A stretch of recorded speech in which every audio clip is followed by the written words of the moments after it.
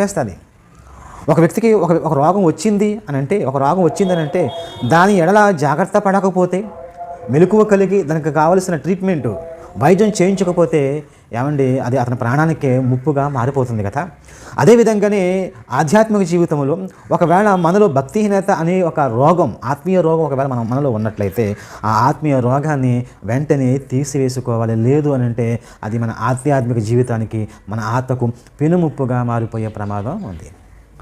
కనుక ఒకసారి ఆలోచించేయండి, మనము మన జీవితంలో భక్తిహీనత అనే రోగాన్ని కనిపెట్టాలి.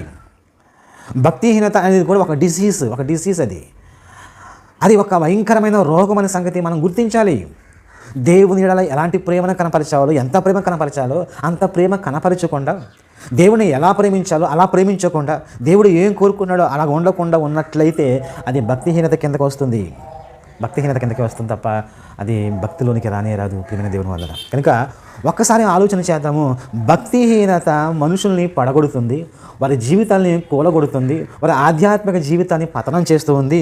నిత్య నరకాగ్నికి భక్తిహీనత మనుషుల్ని నడిపిస్తుంది. అందుకే ఈ భక్తిహీనత దాని ఫలాల గురించి తెలుసుకుని జాగుపడాలి. లేదంటే మెలకువ కలిగి మనం ఆధ్యాత్మిక జీవితంలో భక్తి పదాన్న ముక్తి కోసం చక్కగా మనము సాగిపోవాలి. అందుకే బైబిల్లో ఏమని చదివిస్తూ ఉందో, భక్తి దాని యొక్క ఫలాలలో ఒక మాటను జ్ఞాపకం